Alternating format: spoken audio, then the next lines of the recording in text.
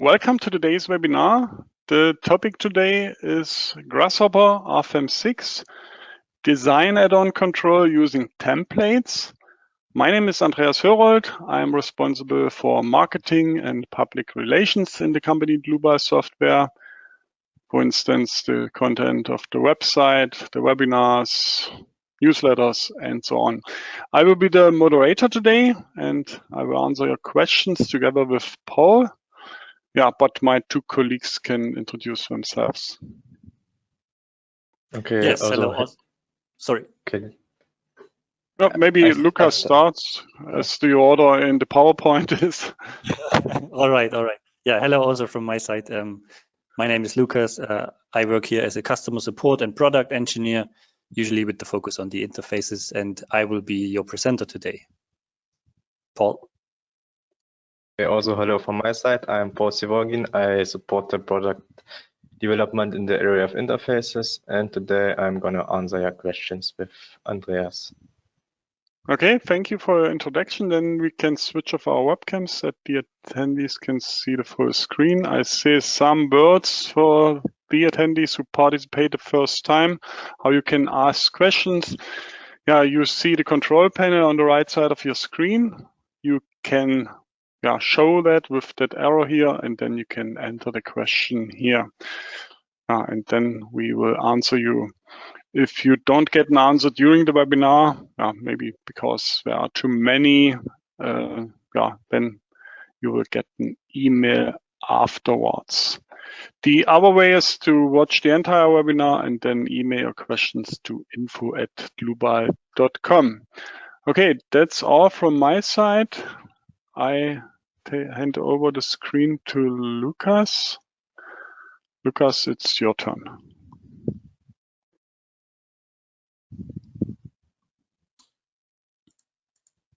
Yes. Yeah, I think you should be able to see my PowerPoint right now. Let me double check it. Yes. Okay. All right. Thank you, Andreas. Yeah, welcome again from my side. Let me start with the content of today's webinar. It is divided in 4 points. I will start, as usually, with the introduction of the new features of the Grasshopper interface.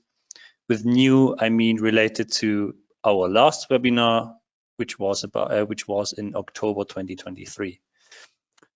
I will continue with giving you a quick overview about the Grasshopper algorithm. Then relatively quickly switch to chapter 3, because this is the main topic of today's webinar, the connection to the Dlubal components. And at the end of the webinar, I will also plan to show you the basic Tecla components, or generally the idea to connect the Grasshopper algorithm or the file that we created, the structure, to multiple programs. Yeah, so let's start with chapter 1, the new features of the Grasshopper interface. Maybe as a short info, all these features that I will show here were customer wishes, so we heavily depend on your feedback, what objects we should implement next. So if you have any wish, or if you are missing some specific function, please let us know. We try our best to implement it. The first feature that I want to show here or introduce is a new component for the imposed line deformations. This was recently, I think 1 week ago, implemented. Additionally, the extension of the line and member load component with the input for line and member lists. Yeah, it's an alternative way to define let's say a load which is applied on multiple members or multiple lines, maybe because you want to have a trapezoidal load distribution. Then you can use a member list or a line list instead of a member set, for example. Additionally, we extended the imperfection case component with the option to create group of imperfection cases. And then the second page with one big topic, basically, we created also a new component for a set of members, a quite important feature in RFEM.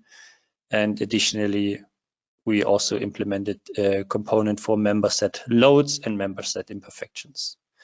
Yeah, these were the features which we implemented basically in the last 3 to 4 months.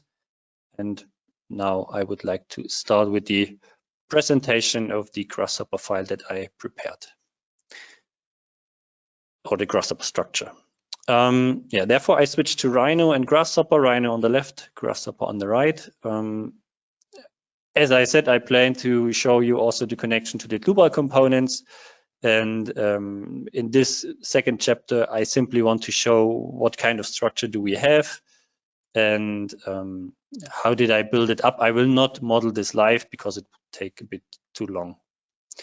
So I have, again, some kind of a steel structure or member structure with a stage, with stage beams in the center or in the middle plane. And then the roof consists mainly of these triangular truss members or truss beams and everything connected with some kind of coupling members.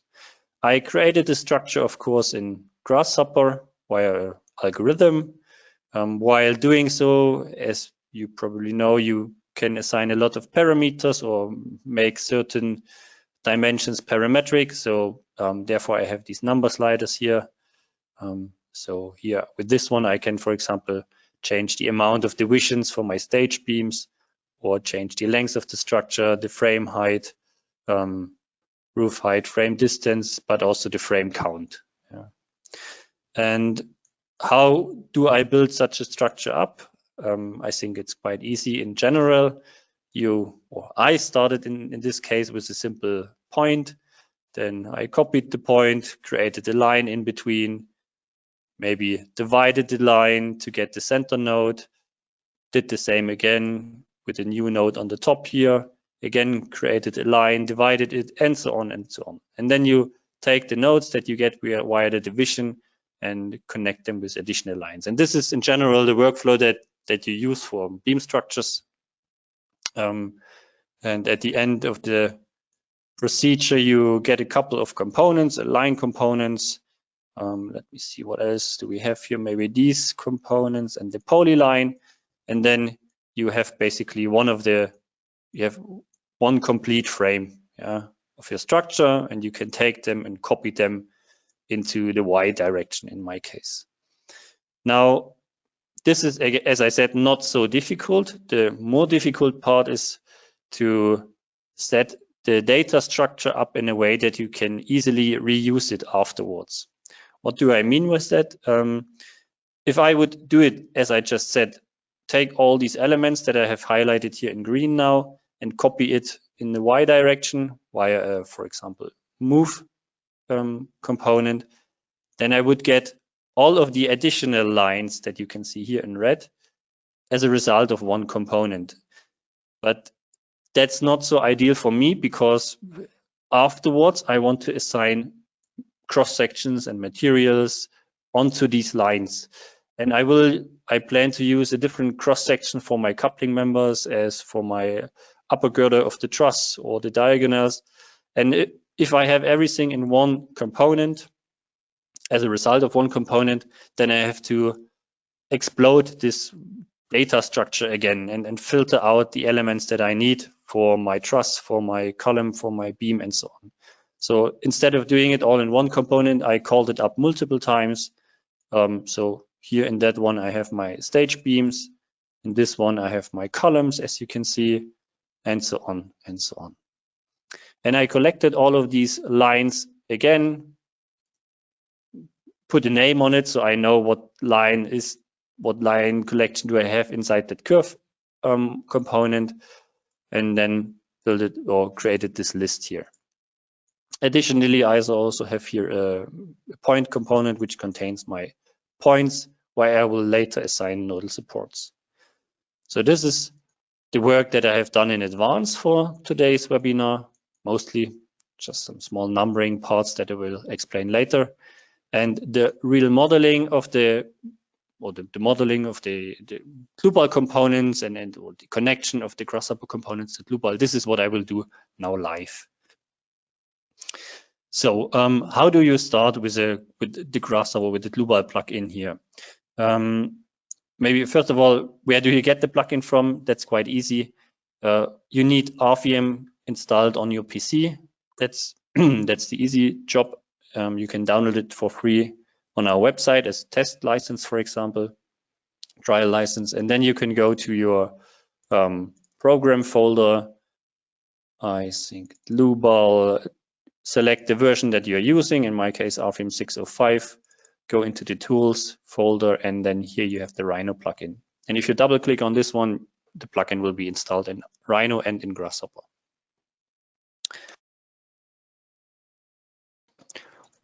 Okay, so after you install it, you have it here. And let me maximize it for a second. This plugin is divided in 3 parts. You have the model data components, you have the load data components, and let's say the export, import, and so on components. This is the grouping that we are using here.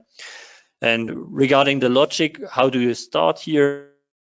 It's also quite simple. If you open RFEM, you have a project navigator on the left, or a data navigator, not project navigator, data navigator. And it's divided into basic objects, special objects, types for lines, members, and so on. Then at some point, the imperfections, load cases and combinations. And this logic you can also use in Grasshopper. Yeah? Just go through it step by step. You start with the materials, then you define the sections, maybe thicknesses if you use surfaces. If you do not have any surface, as I don't have anyone here, you can skip it, and then the nodes, maybe lines, maybe members, and so on. So I use the logic of RFEM also in Grasshopper. So I will start with the materials and sections.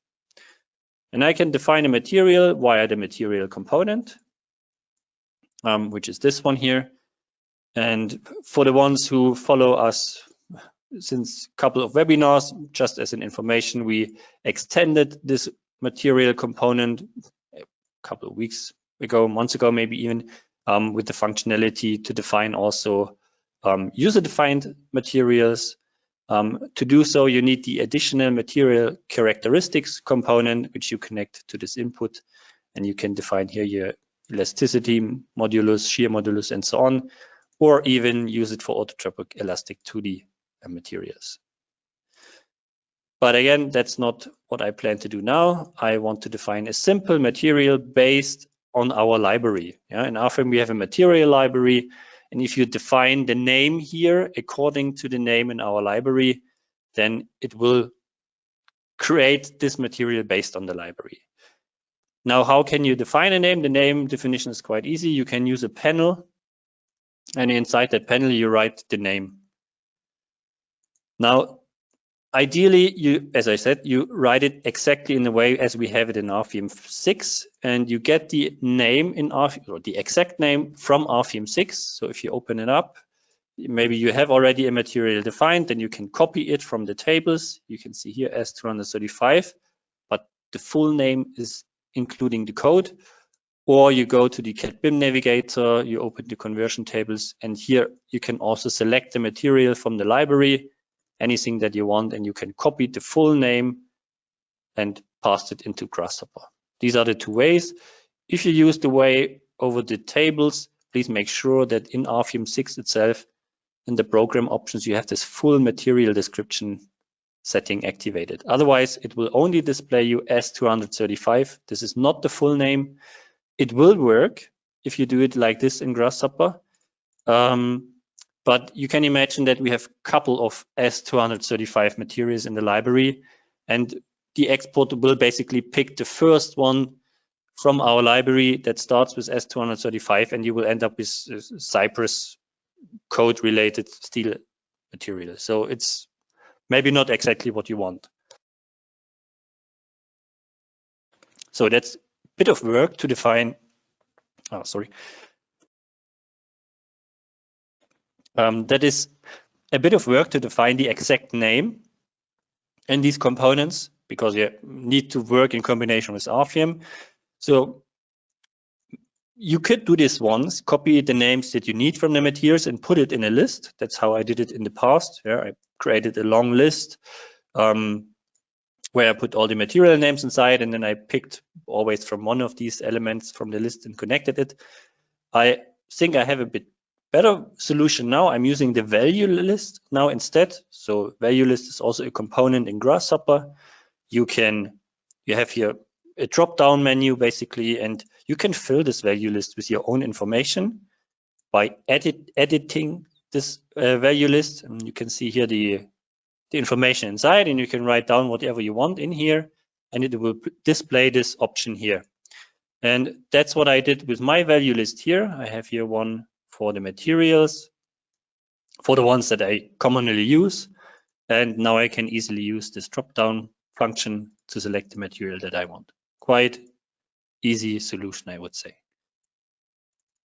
And the last thing that you, let's say, should do with the material component is assign an index number to it. Why is that so important? Well, I will show it in a second. Let me quickly do it. So now I created a material with the name S235, blah, blah, blah, and the index number 1. Now the next step would be the definition of a section, cross-section. So again, I have a component here, and the logic is quite similar. I have to assign the section name. The section names can also be a bit complicated because of the codes or standards. So I did the same for the cross-sections, and now I can pick here from a nice list the section that I want. So I'm using here an HEA 300. And the other information that is required is the material index number. So that's the input that I have to fill. It is not the name of the material, it's a number. Yeah, in RFEM, when you take a look again at it, every material, if I create more, gets an index number, and our section component expects the number of the material. Now, if you assign the number to your material component, you can easily connect both components. Yeah, that's, let's say, the logical way, but you need to assign the number here. Otherwise, this material doesn't know what number it is, so it cannot share it with the section component.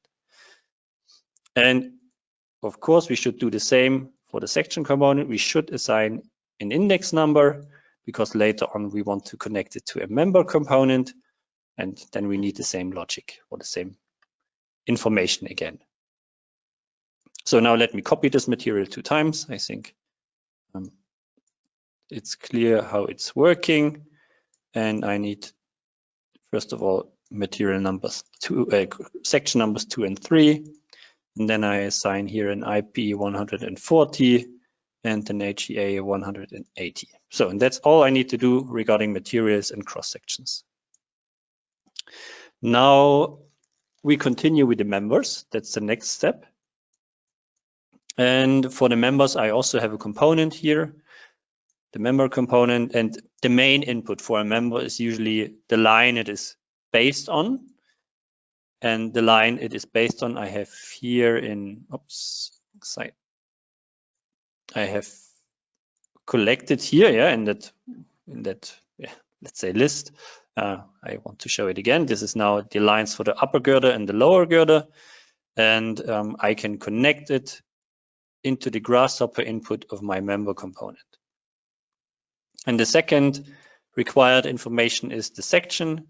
And now I can connect the section component with the section start input of this member component. And now my member component has the minimum information that it needs.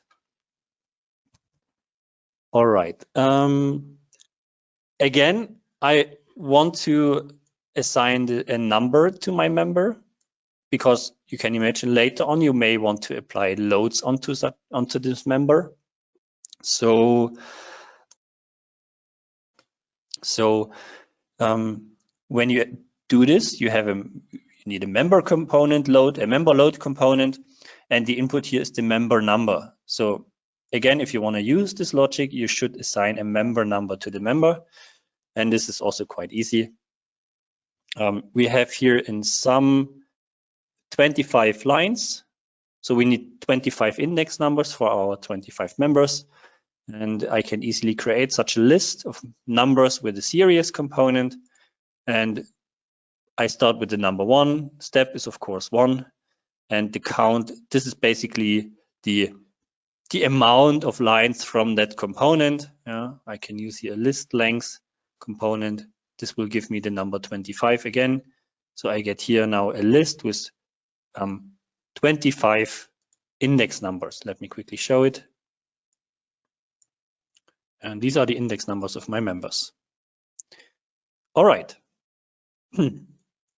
Now I continue with the trust diagonals. So again, I need a member component.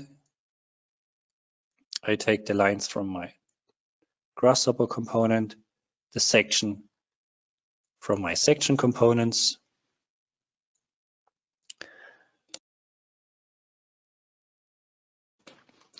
And I will continue with the numbering. Now, I use again a series component, but I do not start with the value 1 because I already used the index number 1. So what I do here is I take the last value from my previous series component. Yeah, this is taking the last value. I'm adding 1 to it. This is summary. And this is my new start value. And then again, I use the length of the list of lines and use it as a count. So this is the same logic again and again. And it's not really complicated to number the members. Yeah, trust diagonals, they have one additional option. We can also assign here via a value list the member type, for example. And the diagonals should be a trust member, so a member with hinges at the start and at the end for the bending moments. There are, of course, more options you can assign to members. You can find these options here in this more dialog or more button. For example, the rotation of a member, or applying a hinge or eccentricity, a member nonlinearity, or maybe even a comment. Okay. So far regarding that. Now to the columns. Same procedure again and again. This is a bit repeating now, but we need it. Otherwise, I cannot show the export afterwards. So let's do it a bit quicker. Connecting the section to the member component again.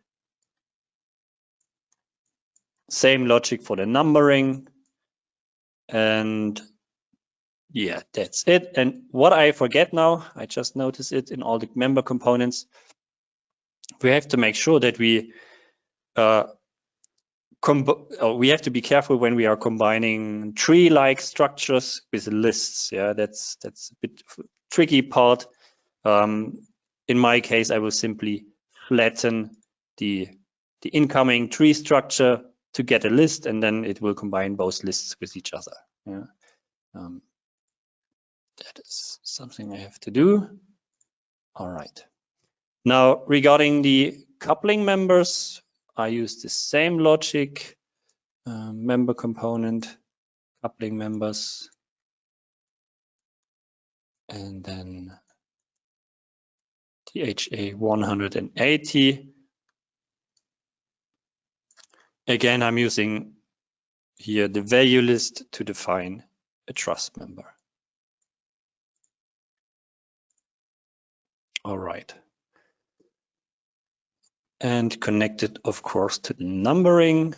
And then we are close to the finish of the member component. So one more for the stage beams. Grasshopper line. HA 180. Numbering. And that's it. Okay.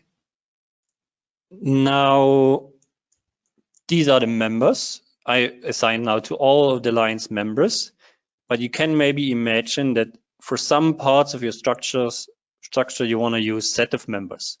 What could be an example? Maybe for the columns.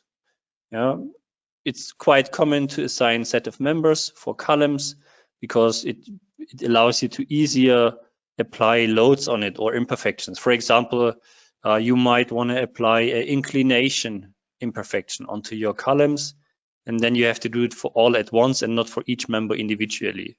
So that's one reason why you may need a set of member. Or let's say you want to apply a load, or even for the design afterwards. Yeah, let's imagine you design the upper girder of this truss member.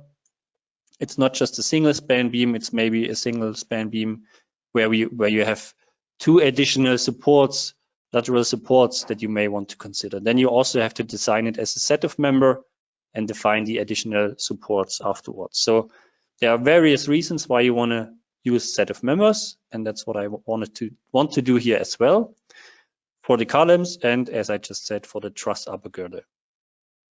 So again, I need a specific component for that. It's not the member component, it's the set of member component, a new one that we recently implemented. And the logic is a bit different because a set of member in RFEM is made of, or is defined by the member index numbers. Yeah. If you define a set of member in RFEM, member set, new member set, you have to define, where's the dialog? You have to define the member numbers. So this is now a bit trickier in Grasshopper because first of all, you have to assign index numbers first, otherwise it's not so easy to define it correctly. In our case, we have them. Yeah, we have the member index numbers in our member components. Yeah, I can even show them. If I take a member component and I change it from assemble to extract, I can extract the information again that I just put in beforehand. And then with the panel, for example, I can show again the numbers that I assigned. So that's the index number of my members, which is nice because I need these numbers for my set of members.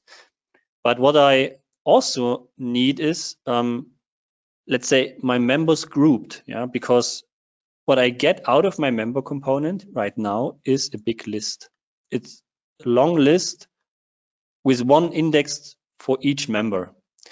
If I would connect now this member component to my set of member or member set component, then I would get one big set of member, and this set of member contains all these members, which is not nice because I need a set of member for this column and one additional one for this, and so on. I do have these groupings in this Grasshopper component. So if I show this one here, you can see that this is not a long list. It's actually multiple lists where each list is on one branch of a tree. Yeah, that's what I meant before with tree-like structures. You have here, let's say, one tree, and each we have multiple trees, and one tree contains either 2 or 3 lines, depending if it's the columns in the front with 2 lines or the columns on the back with 3 lines. And ideally, I would have to apply this tree structure onto this list that I have here. Yeah, that would be ideal because then I could easily connect the outcome of this with my member set component. This is what I want to do, and I can show it here. Just give me a second. I will briefly explain it. Actually, it has to be placed here. So what I do is following. I take this tree structure that I just showed, yeah, where the curves or the lines are grouped in each, where every column is inside one list and each list is on one branch. Yeah. So this is what I have here, and I simply deconstruct this. Or I read the paths of these branches and apply this logic, this path that I get onto this unflattened tree component. So, and in this unflattened tree component, I take the list that I just got from my member component. So this is what I connected. I took this, oh, the wrong one actually. Wait, just a second. Yeah, that's the issue. Like this, I took the outcome of my columns component into this unflattened component, and I assigned this tree-like structure to it. I have to do one more step. I have to, let's say, how is it called? Trim tree component, and then I get exactly what I want. I have now here my grouping as I had it before for the Grasshopper curves, but now assigned onto my members. Yeah, this is my member information in here. And in here, I have also the member index numbers now. And this is what I can now easily connect to my set of member component. So I take it, I put it into my member numbers input in my member set component, and therefore I will get these member sets. Okay, what else can I define in this component? I can define here the member set type. We have two types, continuous member or group of member. I, of course, want a continuous member. And that is all for now. One more time with the member sets. For the truss upper girder, I have the same issue here. Truss upper girder, I again have here a list. And this list contains all the lines from all trusses. And I want to have this tree-like structure again, because I need it in groups and not all in one list. So I do the same logic again. I connect this component and therefore I drag it down here. I connect it to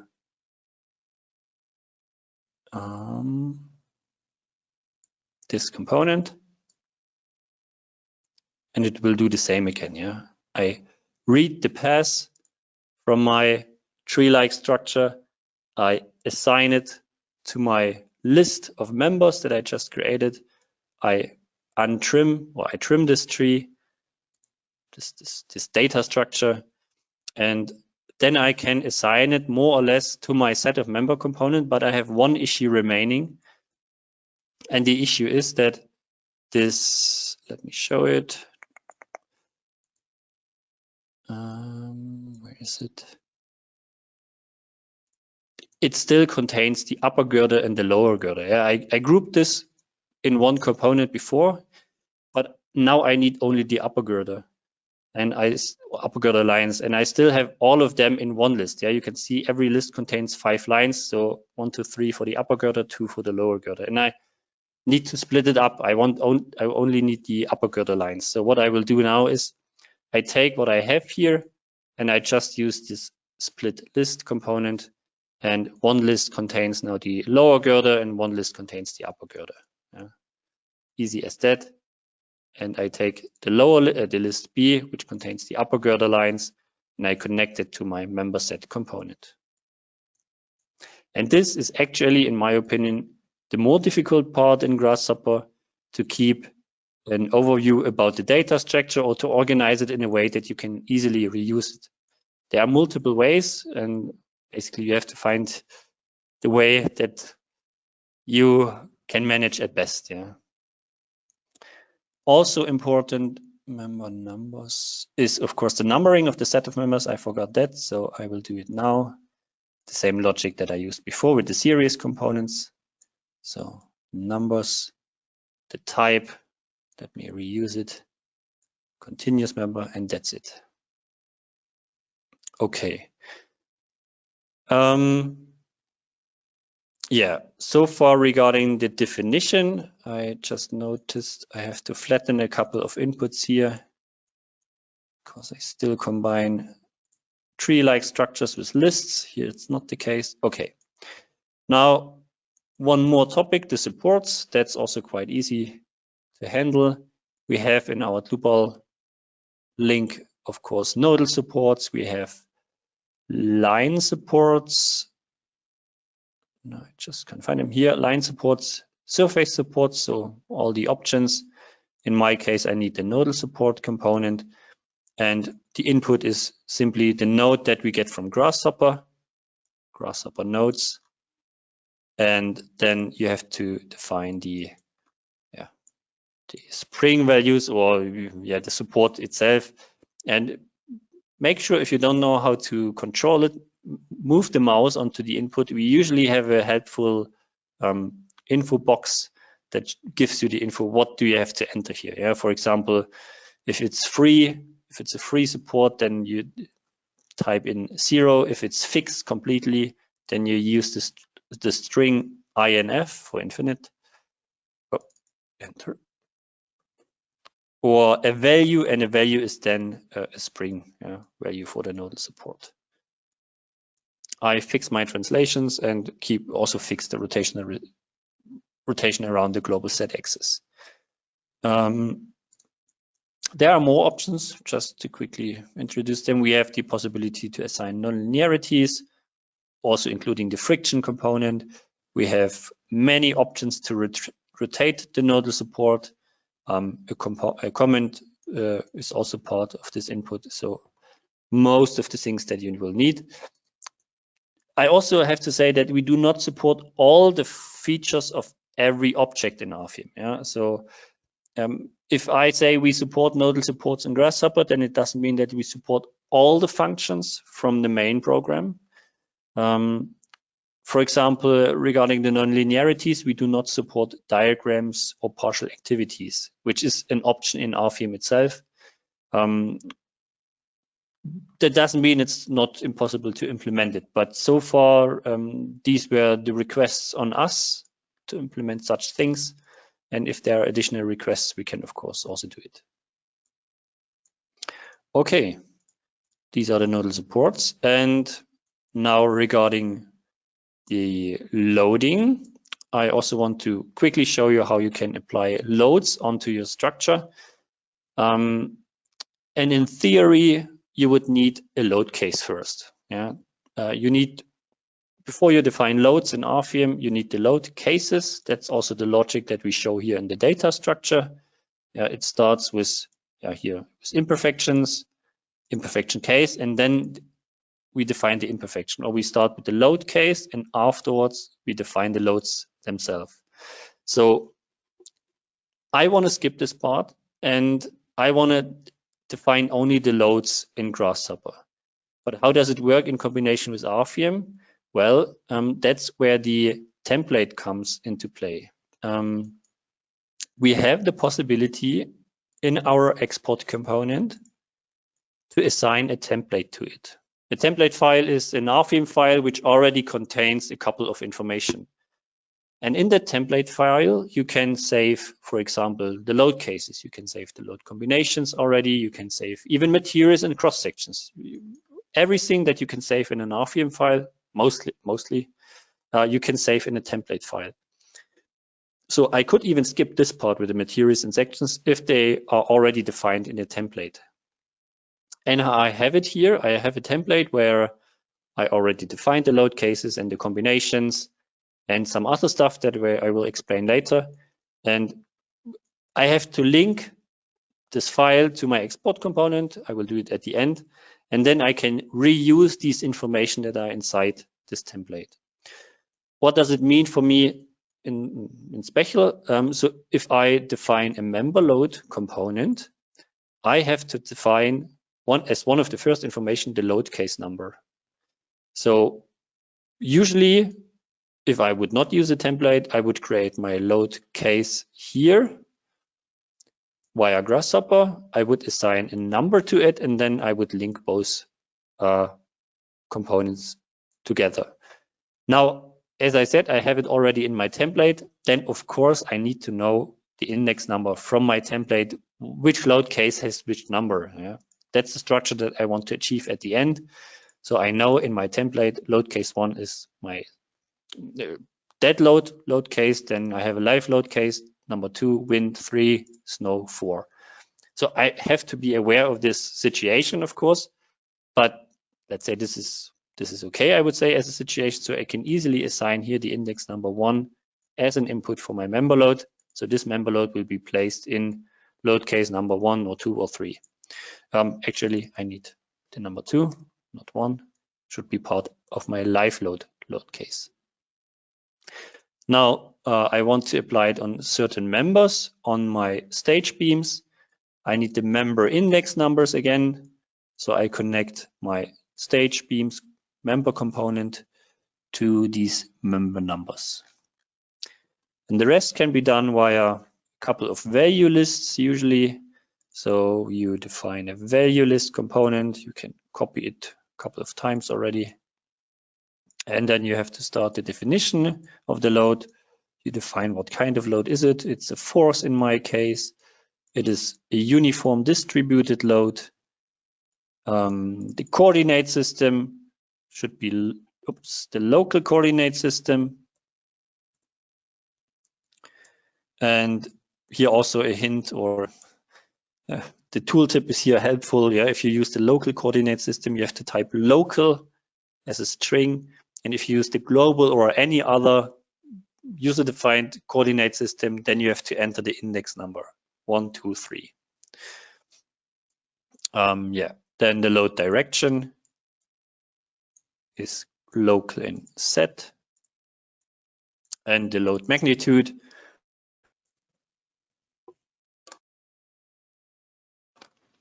is 5,000 as a value, and 5,000 because we are using always SI units in our components.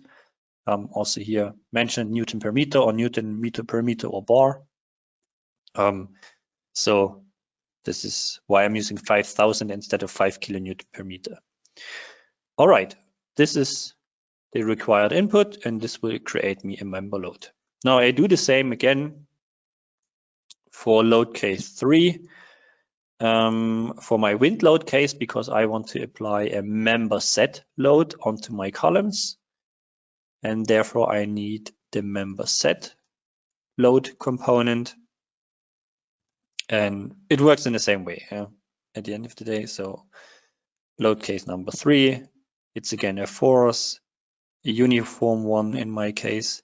I assign it again to the local coordinates. Oh, sorry, no, I made a mistake. Member set number, yeah, that's the mistake. Local coordinate system. Load direction is local and set. And the value should be, to look it up, 1,500. So 1.5 kilonewton per meter. And the member numbers, as it is a member set load, I get from my member sets that I created before for my columns. Oh, I made member set number. Sorry, there's again a small mistake somewhere. Load case force. No, it's fine. Okay. And one more time, because I also want to apply loads on my upper girder of my truss. So I can actually copy this component into load case number 4. Instead of the local coordinate system, this time I want to use the global coordinate system. As I said, I need the index number. And I want to use the projected lengths for my snow loads. And the load is 2.5 kilonewton per meter. And the index numbers for the member sets where I want to apply it on, I get from this component. So like that. All right. These are the load components, and I want to finalize this small chapter here with an imperfection on a member set as well, because this is a new component. They are still included into the model data group. I guess we will put it into the load group afterwards. Member set imperfection. And yeah, again, I have to define the imperfection case. I have only one in RFEM in my template. So that is the imperfection case. So I need to assign the imperfection case number. The member set number is again the ones from the columns, member set number, and then again the value lists for the definition of the rest. Imperfection type is an initial sway. Then definition type is relative, and coordinate system is again local. In local set.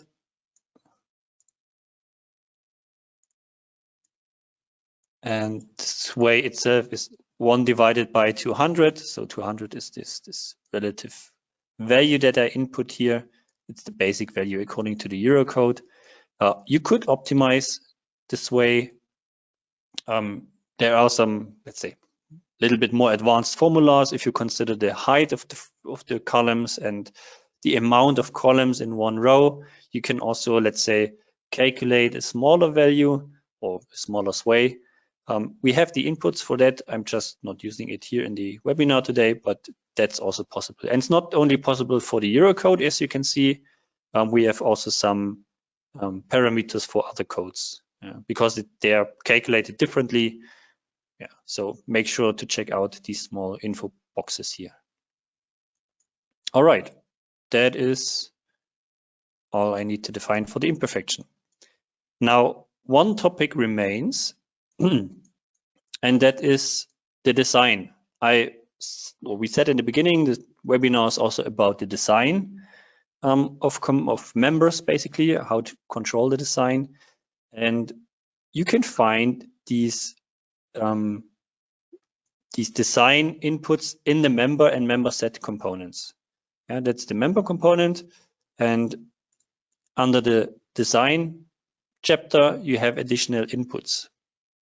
And we solved it not, let's say, we solved it in a let's say, more easier way for now. Because the only thing that you can do here now is basically assigning a type, an index number for a type. And what do I mean by that?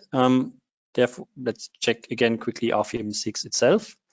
If we deal with the, for example, style design add-on, what do we need to do? We have to do the step to activate the add-on. We have to deal with the standards, according to which standard do we want to have a style design? In case of Eurocode, which national annex. Then we have to deal with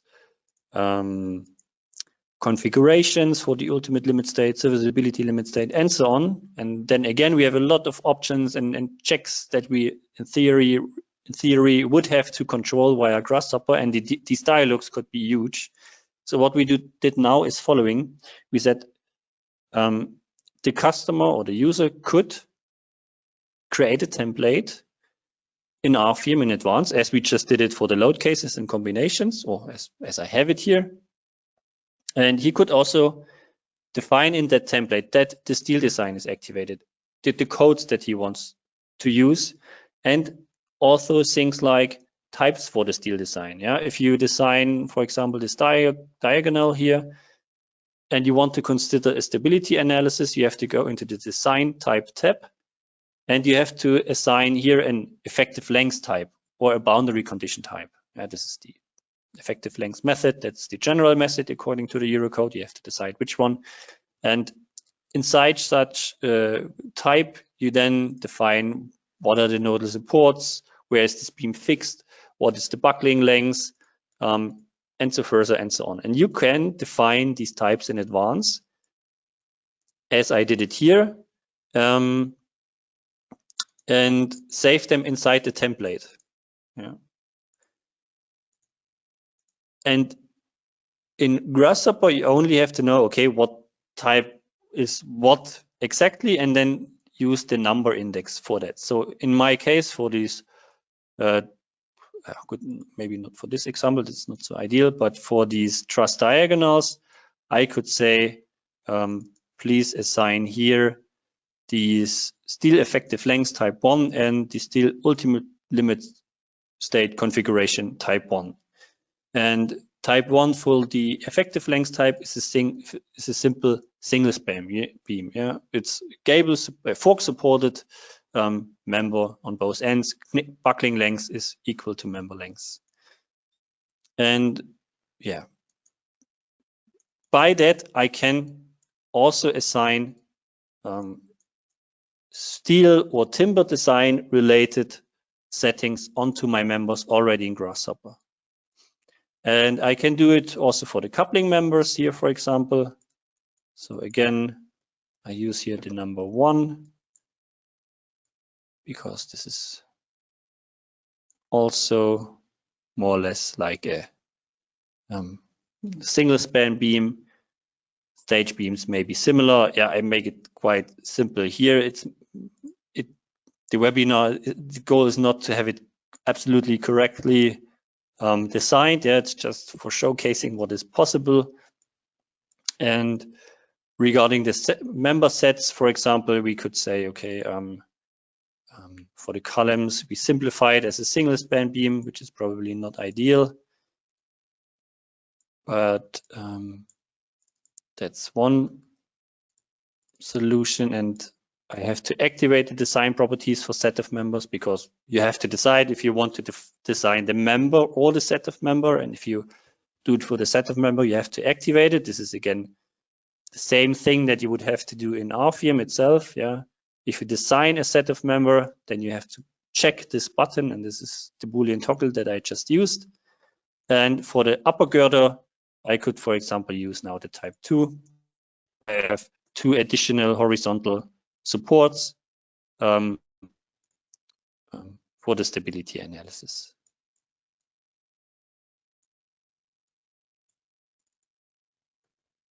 Yeah. All right. So just roughly, yeah, again, it's not the goal to design them absolutely perfectly. Okay. So now I just noticed that I also have here this topic in the set of members regarding the combination of a list, which I get from my numbering, and this tree-like structure that I explained before, where I have one list for each pair of columns, or set of column. And I have to be careful when combining these. Instead of flattening the member number input, which would lead to the fact that I get one set of member, not multiple, I will graft my numbering. So each list, each pair, or each set of columns will get one index number now. And I will do it the same again here. Okay. So that's the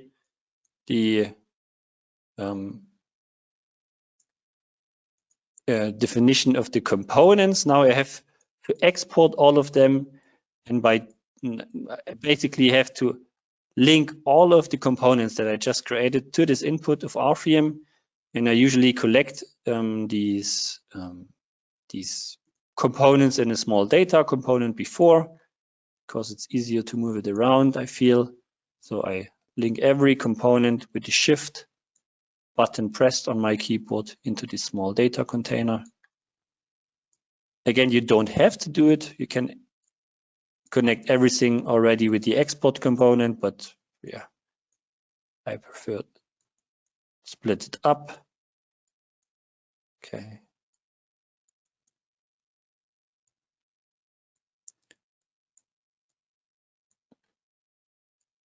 Whoops.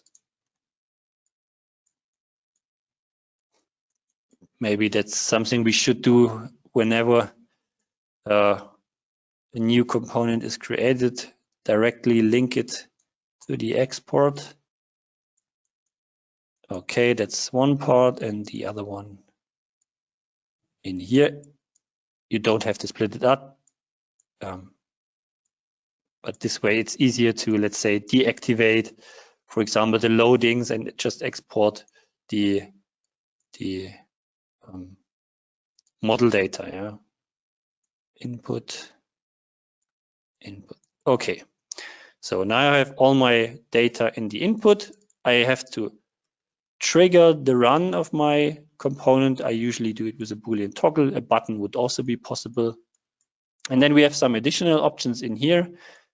And for example, I want to flip the z-axis, because in Rhino I'm using here a global z-axis up. In RFEM, my global z-axis is downwards directed, at least in my template. So I have to flip it up. Then I can define a name. Doesn't matter, name of my file that I want to create during my export. Then I also have to link my template that I have to this export component, and this template is saved in that path. I will simply copy it, put it into a panel,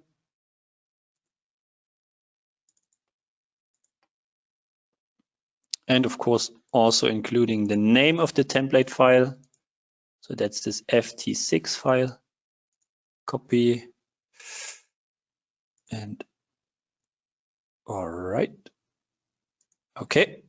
So that's the name or the path to my template, and I link it to this input. And one thing that you should make sure is that the override functionality is turned off.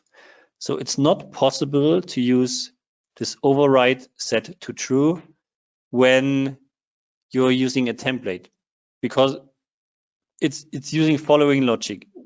When we start the export into a new file using a template, we will call up this dialog in RFEM, which should show up in a second. This one, you define the name, yeah, as I just did, and then we activate here the template functionality. We link it to the template that we are using. This is what I just did here. And this will mean that it's activating the add-ons, it's activating the standards and everything that I saved in this template. The new file will be created. And with this override set to true, it would mean at this point, it would remove everything again from my list of information and start the export. So everything in my template would be gone. So therefore, it's required to set this override to false, or I think the default is even false, just to make sure that you do not combine the override set to true with a template. That's not possible. Okay, now let me close this one here. I will also close this RFEM file because I want to export into a new file. Oops. All right, maybe on the left. And I hope I made no mistake. Otherwise, we will see some errors here.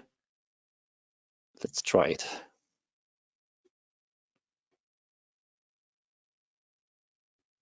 So we can already see there's some kind of connection established because it's reading data.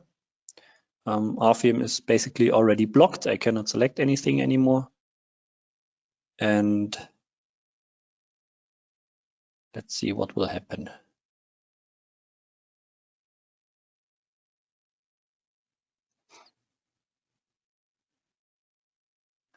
Yeah, it's creating a new file. So far, so good.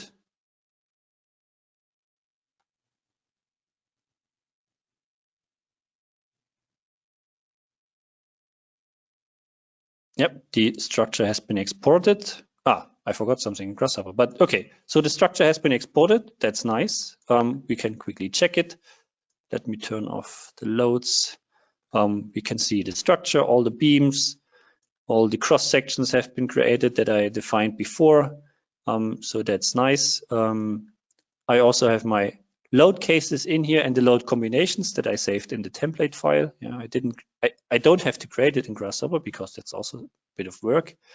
And inside my imperfection case, I have the inclinations or the sway of the columns. And in my live load case, my stage loads, my wind loads in my wind load case on my columns, and yeah, some snow loads on my upper girder. So exactly what I planned to have here. Now, one thing that we could also do, which I, let's say, a little bit forgot here, we can also start the calculation of RFEM. Yeah, we have additional components here that allow me to run the export of allow me to run the calculation directly, starting via Grasshopper. So if the export is successful, we get here the output true. And if it was successful, we can connect it to this run component, to this calculation component, and it would have automatically started the calculation in RFEM. Now I have to do it afterwards again, which is not a big deal, but of course, it could have been in one step. It could have happened in one step. All right. Now let's wait for a second until it's calculated.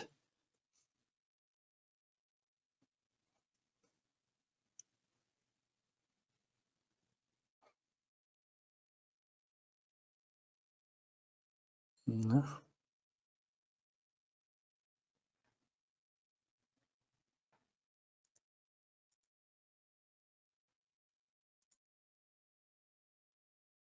I'm not sure what's happening now. Oops. Not exactly. Yeah, well, it calculated. Okay. I get my results now. Deformations, member internal forces, and so on. Exactly what I wanted to have. Not sure if I also got the steel design results. Let's see. Yeah, that as well. So yeah, that's what I also want to show. I can run the calculation in RFEM, and I also get the design results of steel design, because it was a part of my template, and I also feed it via these additional information in my member components. Yeah, so that's quite nice. And even though we don't have a specific component to import information back, what we could do is we could also run an export of the RFEM results into a table in CSV file, for example. So this will run the command to export the results of RFEM into tables, and then you can import the results back into Grasshopper, and you can do it via this read file component. I have to see where it is. There's some kind of component. I forgot where it is. But you can import, read file. You can import data from files back into Grasshopper via this component, and then you can filter for a specific result and maybe use it in combination with an optimization component like Galapagos to run calculation loops. So that's possible. I did it briefly in a previous webinar. If you're interested in that, maybe check it out. I have to skip here for today. Just one last topic that I want to show, a little thought that came up when I created this structure. I spent a bit of time in creating this line model here, yeah, and I have RFEM where I can connect it, or I have my Dlubal components which allow me to connect these Grasshopper lines to RFEM. Now, we're not the only software that has a connection to Grasshopper. Yeah, there's, for example, also Tecla, which also has a plugin. And the question is, why should I use now the direct interface between RFEM and Tecla if I can control both programs directly from Grasshopper? Yeah, if I already created a structure in Grasshopper, yeah? Why not use Grasshopper also to feed Tecla? And it's not as complicated. You can do the same thing again.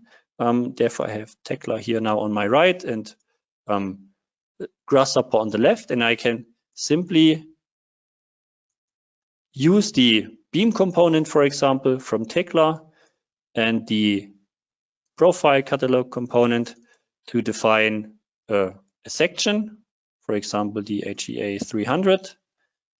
I can also select it from the catalog here, but the name should be fine. And by that, it will start to create the structure also in Tecla. And I can connect also the columns to this component. And you can see that we are building up the same structure again in Tecla. And let me do it a couple more times. One more time for the truss diagonals. I'm not sure. I think maybe we can even define the name directly. That probably also works. Yep, this is also working. And then one more component for the coupling members and stage beams.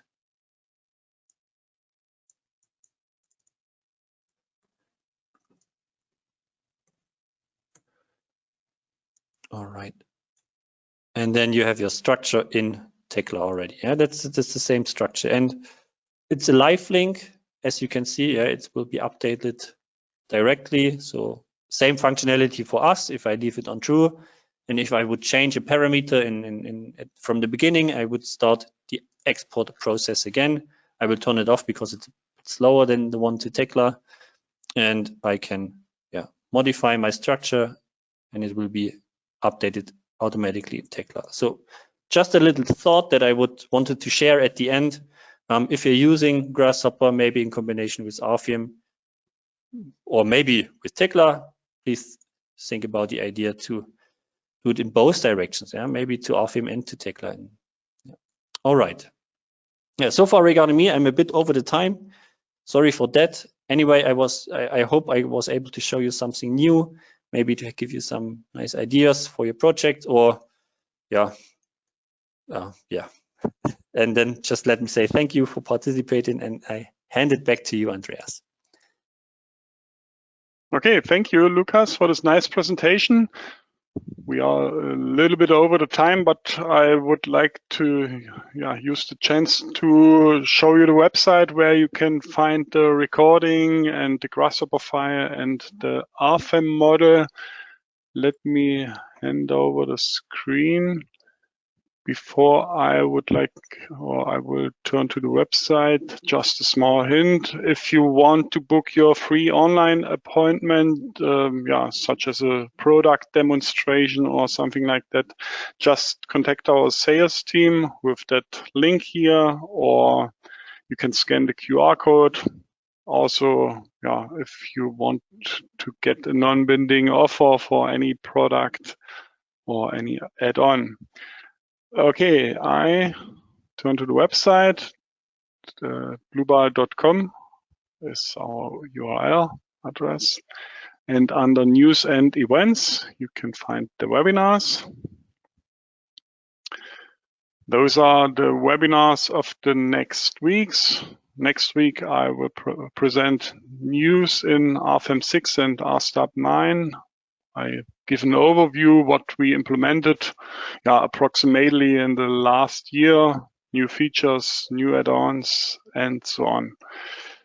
So then in the week after next week, we will present the add-on geotechnical analysis, then timber floor calculations, our regularly most frequently asked questions webinar that I present with Jürgen Teilmann. That's today's webinar. Yeah, it's also a previous webinar at the moment because we are over the time. That's why I click on it. So yeah, you will get an email in the next days when the recording is online with a link to that page. You will get also an attendee certificate. Then the recording will be online here in the middle. And then you can download, or you can already download the presentation slides, the Grasshopper file, and the RFEM model. Okay, yeah, that should be also all from my side. I thank you for your attention. Thanks to Lucas for the nice presentation. Thanks to Paul for answering the questions. I wish you all a nice rest of the day. I hope we meet each other in a future webinar. See you. Bye-bye.